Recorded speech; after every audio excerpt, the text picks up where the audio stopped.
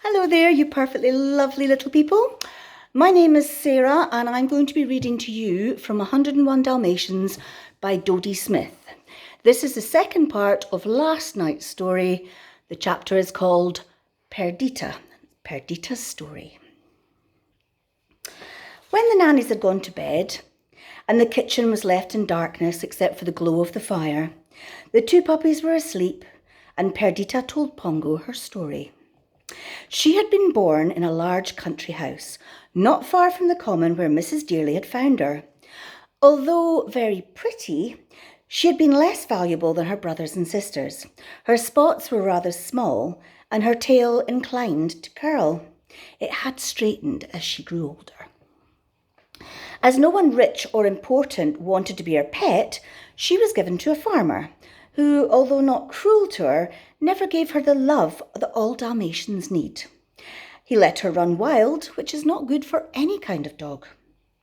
A time came when she felt a great desire to marry.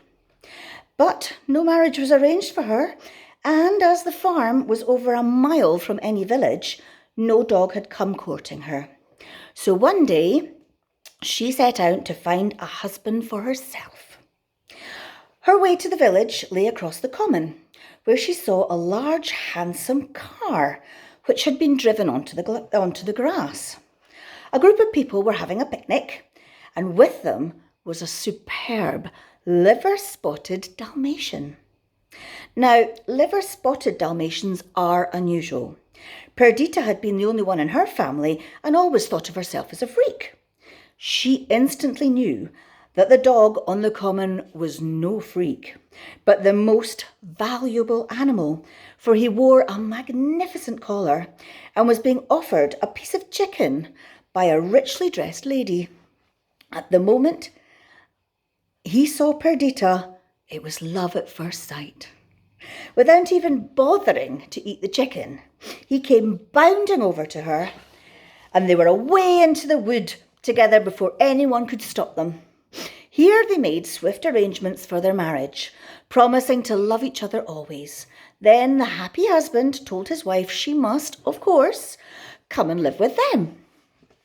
He led her back to the common, but as they reached it, along came the farmer that Perdita lived with, in his rattling old car. He dragged her into it, and the picnic party bundled her husband into their car. Both dogs struggled and howled, but it was useless. The cars drove off in opposite directions. 9 weeks after their marriage, Perdita had 8 puppies. The farmer did not give her extra food or help to feed the puppies himself, so she got thinner and thinner. By the time her family was a month old, she was just skin and bone. Then the farmer put down some food for the puppies to eat, and they quickly learnt how to, but they still went on taking all the milk Perdita could give them. So she never had a chance to regain her weight. She was such a very young mother, barely fully grown herself, but she loved her babies dearly and did all she could for them. And as she got thinner, they got fatter. The spots on Dalmatians began to come through after 2 weeks. By the time Perdita's family were 6 weeks old, it was obvious that they were going to be beautifully marked and very valuable. Perdita heard the farmer say so to a stranger who came to the farm one morning. She was still helping to feed them. They would eat all the farmer offered and then come to her for the milk. Then she and they would all have a happy sleep in the old box that she'd been given for a bed. One afternoon she woke to find not one puppy in bed with her. She searched the farmhouse, she searched the farmyard.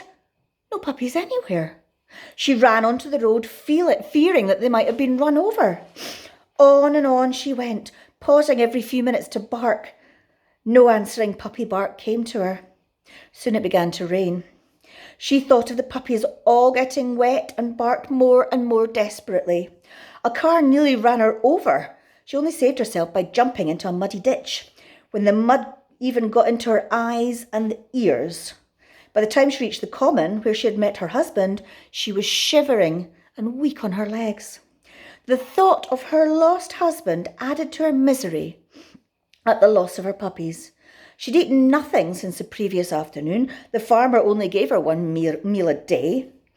At last, faint with hunger and utterly broken-spirited, she collapsed. And there, not long after, Mrs. Dearly found her. That was Perdita's whole story. Except she never told Pongo that the farmer had named her Spotty because she liked Perdita so much better.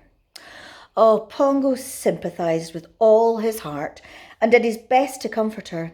He said he didn't think the puppies were lost.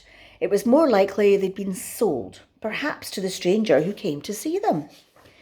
And this might be the best thing that could have happened to them, for if they were valuable, they were sure to be well taken care of. There would never been enough food at the farm for them when they got really big, and Perdita knew that this was true. And the two tiny puppies in the basket with her were wonderfully comforting.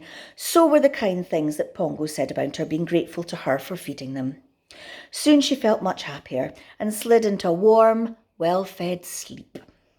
Pongo lay awake for a long time, wishing Mrs. and all the puppies could have been with him in the firelit kitchen.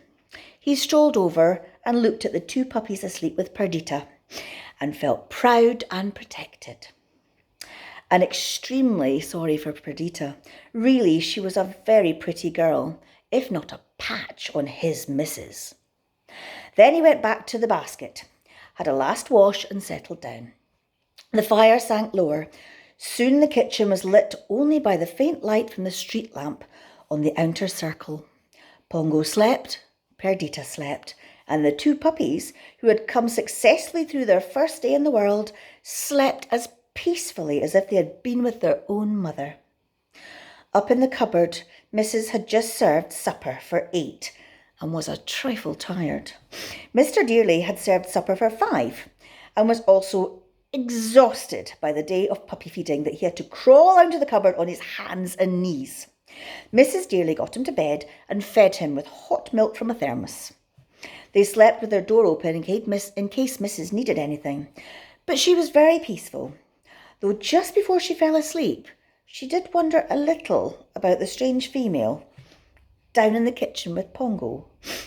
She didn't worry exactly, she just wondered. On the top floor, Nanny Cook slept dreaming of Dalmatian puppies dressed as babies, and Nanny Butler slept dreaming of babies dressed as Dalmatian puppies. What with 4 humans, 3 dogs and 15 puppies, it really was a very sleepful house.